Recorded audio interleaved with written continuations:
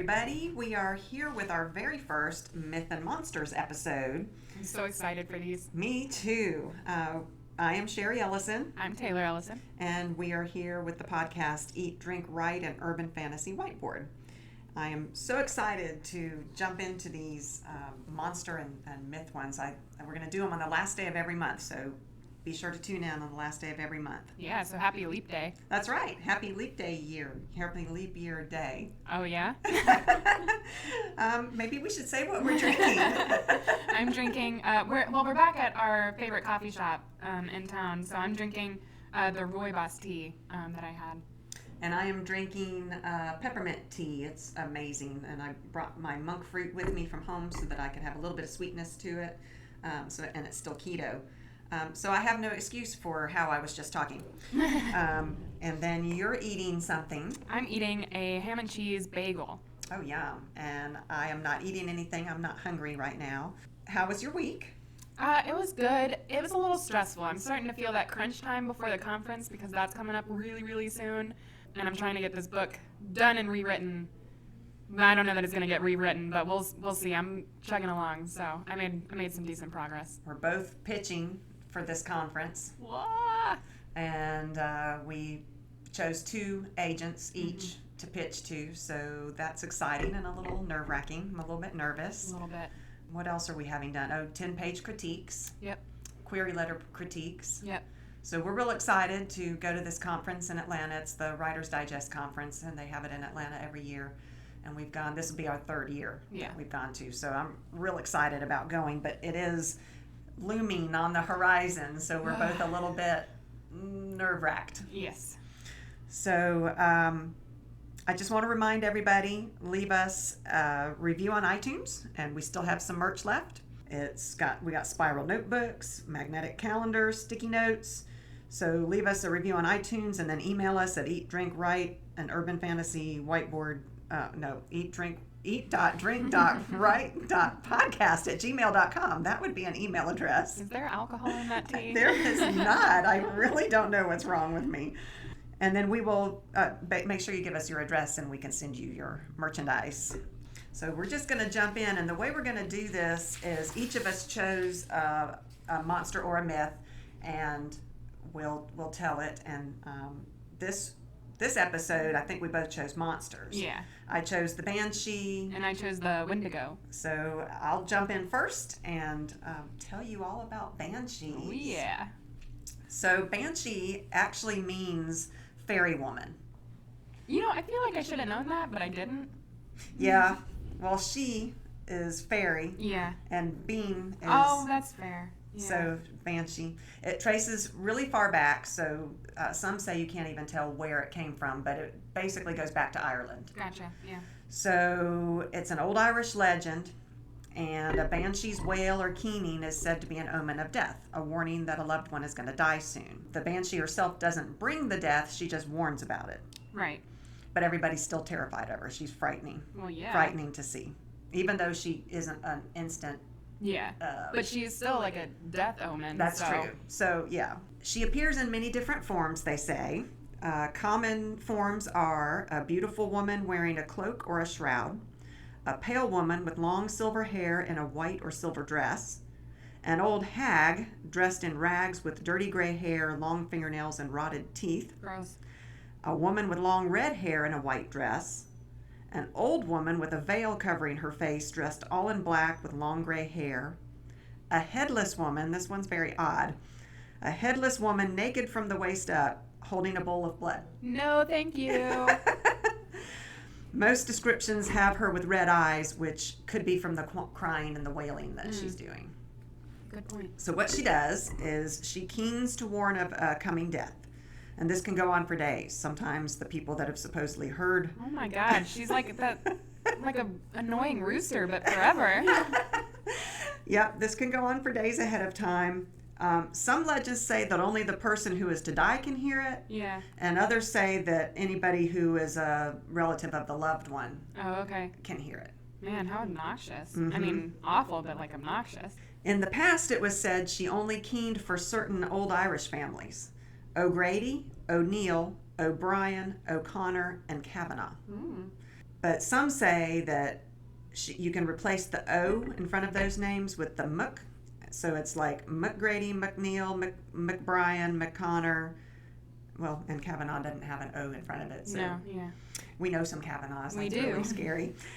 And then now, as this legend has gone on for years and years and years, some say that anybody who knows someone who's facing death can hear the banshee. So some legends say that she is a ghost of a young girl that suffered a brutal death and comes forward when a violent death is going to happen. Oh.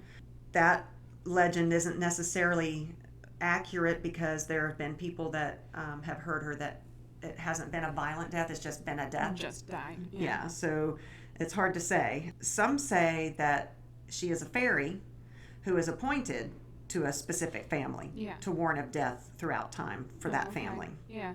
One doesn't sound so bad. Yeah, well, one scientific theory about where this legend might have come from, based in science, is that it could have originated from the cry of a barn owl. Because in ancient battles, the armies would march at dawn. Yeah. And their movements would startle owls as they were settling down to sleep. And so the birds would then screech and fly away as the army approached. And their cry would alert the opposing army. And so the opposing army was then ready, and then there would be huge amounts of deaths. That's so interesting. In these battles. And so that owl's screeching cry came to be seen as a sign of death. And that may be where the legend came from, that these men that were marching towards battle in the early dawn hours, hearing this wailing, screeching, and then a whole bunch of death happened. Yeah. So, So I was trying to find some personal accounts. Yeah. Because they're so interesting. And I found one on creepypasta.com. It was an account of a 17-year-old boy. And he said he was outside playing hide and seek with his little sister in Ireland. This is an Ireland story. And he saw this floating black bag out of the corner of his eye, but he really didn't pay much attention to it. And they were playing, and he said then he started hearing this sort of wailing sound, like the whistle of a kettle boiling. Yeah. And then the bag floated closer, and that was when he turned to look at it and see what it was, and he realized it wasn't a bag. It's not a bag. It looked like a black robe that was tattered and torn. Wow. And he said it stopped several yards from him and let out a piercing scream. Like the cloth? Like the bag? Yeah, whatever this bagged so it didn't, was. like there wasn't a head or whatever? Not that he could see at this point. It was just this black, blobby, floating thing. And as it got closer, he could see it was a hooded entity inside the robes. Okay. Pale and hollow. Gross. He ran back into the house and into the kitchen, and his sister had run ahead of him and was standing in the kitchen in shock, and the aunt was dead on the floor. Oh, wow. She apparently had a heart attack. Oh, okay. So that was interesting. A lot of the personal accounts that I found were really old ones, like from the 1700s. So that one was a little bit more modern than that, but I don't think it was too modern. Yeah. There's a famous story out there about an uncle who was walking home on a cold and blustery night, and the storyteller said he was probably drunk. 5 sheets to the wind is how they described it. And that when he got home, he told his wife about whoever's telling the story. It was one of the kids in the house. Yeah. He was telling that girl's grandmother, which I don't know if it was the uncle's sister or son. I don't know. Okay. All right. So some family member. And he told her that he was late because he stopped to comfort an old woman. He said the old woman was dressed in black with a veil over her face and was crying and wailing outside the house. Every time he got close to her, she moved away, pointing at the house. The grandmother realized that this had to have been a banshee. The uncle. Oh yes, that would be my first thought too. Well, this was back in the day, and the uncle was bound and determined he was going to go outside and bring this old lady in for tea because she was outside on this blustery night and didn't need to be out there. But the grandmother was like, "Don't do that. Yeah, I'll take care of it." And what's wrong with you? Sent him to bed. Yeah. And 3 days later, the grandmother's brother died in his sleep, which I don't know if that's the uncle. Right. But someone died in that family 3 days later. In that house. Wow. And then there was another one in 1776 where this group of kids, I guess, was walking home at night from a friend's house, and as they passed down a long, dark lane, they suddenly heard in the distance a loud keening and clapping of hands. And apparently that's something that people used to do when lamenting the dead in that at that time frame. Mm-hmm. So they hurried on and came in sight of a church, and on the side wall of which was a little gray-haired old lady clad in a dark cloak, running to and fro, chanting and wailing and throwing up her arms. So they were terrified, and they took off and ran home. And they got home and they told their mother about it. And the mother said that she was in fear for their father, because as she was sitting out looking out the window, a huge raven with fiery eyes sat on the sill and tapped 3 times on the glass. That's not spooky at all. And then they told her their story, and so she was freaking out. And it turns out that the dad had died in Dublin on that night. Oh, wow. Mm-hmm. Man. And then there was a member of a Cork family of English descent, and they say, my mother, when a young girl, was standing looking out of the window in their house at Black Rock near Cork. She suddenly saw a white figure standing on a bridge which was easily visible from the house. The figure waved her arms toward the house, and my mother heard the bitter wailing of the banshee. It lasted some seconds, and then the figure disappeared. Next morning, my grandfather was walking as usual into the city of Cork. He accidentally fell, hit his head against the curbstone, and never regained consciousness. Yikes. And then the most current one that I could find was in the 1940s. And it says we have 2 spooky accounts of what seemed to be banshees, or something very similar. The first happened along a dark cemetery road called Old Howard Street in the town of Fulton Place. It was here that an elderly man was suddenly bedridden by some mysterious debilitating disease, after which scores of squawking crows began to congregate around the home for reasons no one could fathom. One evening, when the man had visitors over to see him in what seemed to be his last hours, there was apparently a knocking at the door, and when one of the visitors opened the door, she saw an old hag-like woman with long white hair in a long white dress who was wringing her hands and sobbing, only to turn to come rushing at the house with an ear-splitting scream before vanishing into thin air. According to the story, the man died just a few hours later. Man. It said two accounts, but there was only one. Yeah. So the banshees are really cool. I was trying to think of banshees in modern literature or modern stories. And Yeah. I remember in Teen Wolf, Lydia was a banshee. Yeah. So I know that's one. I can't really think of any. There was, Phoebe in Charmed got turned into a banshee. Oh, yeah. Yeah. That's right. Oh, and then, what's that show called? Lost Girl. There was a banshee in that, too. Oh, neat. Yeah. So it has been used in urban fantasy. Yeah, definitely. And I went on to come up with some thoughts on how to use a banshee in urban fantasy. So you could make your main character a banshee. So how would she deal with having to warn of death without being able to stop it? That would be horrifying. Yeah. What if being a banshee is a curse, and in order to break the curse, you do have to stop the death that you're warning of? Oh, yeah. But you can't talk or interact with the people. So how do you stop it? that then? Yeah. Or what if the banshee is a ghost or fairy that attaches herself to the main character, warning of death but unable to tell who is going to die, which would be very frustrating for our main character. Yeah. Or what if suddenly the banshee foretold something other than death? Oh.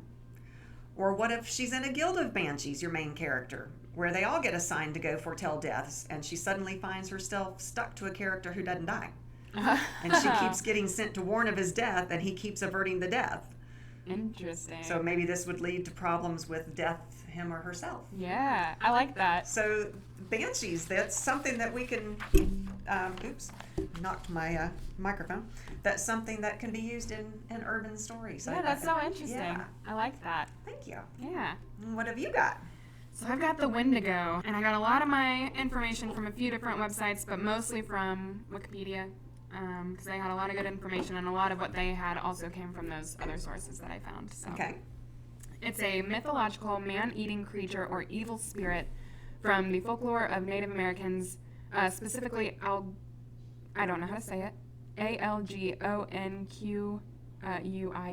I have no idea. And did you say man-eating? Yes. Ooh. Gross. Sure did. And so this is based mostly in the northern forests of like Nova Scotia, the east coast of Canada, the Great Lakes region of the United States, as well as the Canadian side. Oh, interesting. Yeah, so more up north to like colder areas. But close to here. I mean, here, United States, here. I don't know. It's so hot in Georgia. I think we're fine.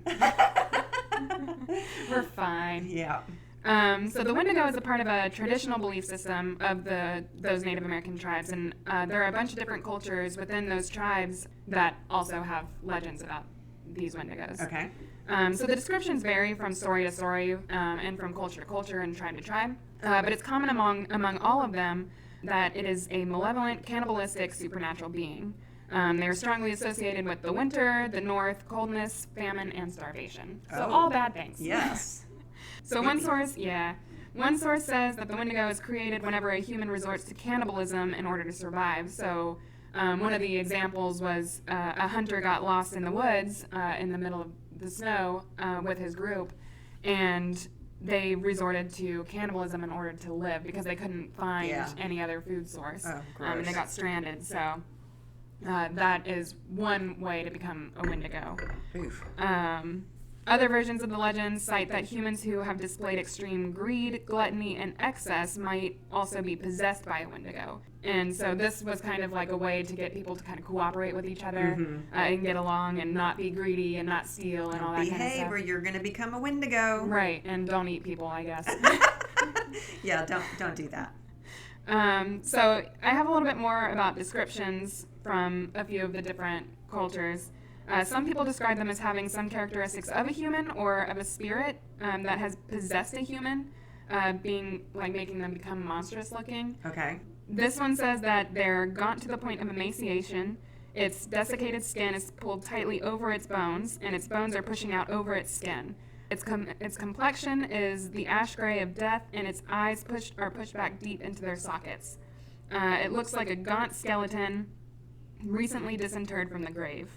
What lips it had were tattered and bloody, unclean and suffering from separations of the flesh, and the Wendigo gave off a strange and eerie odor of decay and decomposition, of death and corruption. Oh my God, So sounds like a zombie to me. I know, right? Ooh. So that's one of the descriptions that I had. And then another one says it was a large creature as tall as a tree, with a lipless mouth and jagged teeth. Its breath was a strange hiss, its footprints full of blood, and it ate any man, woman, or child who ventured into its territory.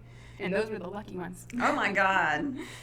Sometimes the Wendigo chose to possess a person instead, and then that person became a Wendigo himself, hunting down those he once loved and feasting upon their flesh. Oh no. So gold star Wendigos. Oh no. Yeah, so its influence is said to invoke acts of murder, insatiable greed, cannibalism, and the cultural taboos against such behaviors. Wow. So basically, I guess, like, being near it makes you want to eat human flesh. Gross. Sounds great. Uh-huh. Unlike other terrifying carnivores, the Wendigo doesn't rely on pursuing his prey in order to capture and eat it. Rather, they have the ability to mimic human voices. Oh no. So they could like sound like people that you know. Oh, that's terrible. They'd be like, I'm walking through the woods and it's great and Mom, come dandy. here. Yes, exactly. Oh no. So spooky. So you're like thinking that you're walking towards someone you know, like your friend or something, Yeah. and then you get eaten. Oh. Or you become a Wendigo and eat gosh. your friends instead. So yeah, that I thought was probably my favorite part of this. Those tribes say that during the turn of the 20th century, a large number of their people went missing mysteriously. They attributed many of the disappearances to the Wendigo, and so the Wendigo earned the title of Spirit of Lonely Places, which I thought was really interesting. That is interesting. Because I never, like, when I think of Wendigo, I always, cannibals and, like, monsters and, like, terrifying blah, blah, blah, but Spirit of Lonely Places just makes it sound, I don't know, almost passive. Yeah. Which was interesting to me. Mm-hmm. Like, it's not like a scary name. It's Yeah. just, it's Spirit of Lonely Places. Wow. So I thought that was really interesting. Another rough translation of Wendigo is the evil spirit that devours mankind, which I think makes sense with the whole cannibalism thing. I agree. And then this translation is related to another version of the Wendigo that claims he has the power to curse humans by possessing them. Once he has infiltrated their minds, he can turn them into Wendigos as well, instilling upon them the same lust for human flesh that he himself has. Ooh. So, Wendigos are great, great beings. The creature also lends its name to a modern medical term, which I have never heard before, called wendigo psychosis, which is described by psychiatrists as being as a culture-bound syndrome with symptoms such as an intense craving for human flesh and the fear of becoming a cannibal. So apparently that's a thing. God. Yeah. I didn't know that was a thing. Never. Oh, do that. Yeah. So that's all I have on the Wendigos. I do have a few references that I saw in pop culture. Mm-hmm. So I think it's like the first episode of Supernatural, if not like just the second or third, where they have to fight a Wendigo, and it is like this big, scary, like emaciated, gaunt-looking thing. And they pronounced it Wendigo. Oh, they did. Yeah, I know. Mm-hmm. I don't know which way is I right, prefer but Wendigo. yeah. That's how I've always pronounced it. Yeah. And then in Charmed, Piper got turned into a Wendigo. I remember that one. There's a video game called Until Dawn. It's like a PS4 specific game, and it has Wendigos in it, and they're creepy. They are so creepy. I definitely got all my characters killed. There is a Wendigo in Teen Wolf, and Grimm, and then in the movie Hannibal, the FBI agent has dreams and visions of a Wendigo, and that's like symbolic of the cannibalism of Hannibal Lecter. Yeah. Hannibal Lecter, yeah. And then apparently there are Wendigos in Marvel comics, which I don't remember that. I haven't read them, but apparently they faced it was the Incredible Hulk and Wolverine faced Wendigos. Huh. So I have a Wendigo in my second book of Frickin' Fairies. Oh, do you? I do. I don't remember that. You Yeah. haven't read any of that one yet. Oh. So there is one in that book. All right. Cool. What I had heard about Wendigos is that, and it may be from that Charmed episode, that may be where I got this from. Yeah. That if you're scratched by one, you're infected. There was, that was a thing in the Charmed one, but I think most of the references that I found said it was either a possession or that kind of thing in order to become one. So like the Wendigo possesses a human and like makes them want to eat flesh too, so they turn into one. Yeah. That's terrible. Yeah. I can't imagine that there's a real life psychosis where people want to eat other people. Oh, I know. It's I mean, I guess think about Hannibal Lecter, like. Well, yeah, and didn't Dahmer eat people? Yeah. So I mean, it's a thing, and I guess I just never thought about like what that would be called other than cannibalism. Yeah. But apparently, Wendigo psychosis is a term. That is so creepy. Yeah, How which cool it says is that? it says it's a controversial modern medical term, so like I'm sure it's not widely accepted as like an actual diagnosis, but I thought it was interesting. So using a Wendigo in urban fantasy, you could do it where you make your main character the Wendigo who's trying to stop. True. Or it could be someone the main character knows who is becoming possessed by one. True. Or your main character gets stranded in a forest up near Canada or in Canada, and they come across Wendigos. Oh, interesting. Lots of ideas for that. Yeah. So I thought that was pretty neat. Well, neat. Yeah. That was our very first episode of Myths and Monsters. So we are excited that you were here to listen to that. We'll have one of those at the end of every month. Yep. Thank you for listening. We want to remind you to support us at our Patreon, patreon.com/EDW podcast. Come check us out on all our social media. Comment on Facebook, post on Facebook, email us, let us know if you like that, what myths and monsters you want us to cover, any other writing topics that you want us to cover as relates to fantasy, urban fantasy, fiction, definitely. that kind of thing. So we will see you next time. Thanks, guys.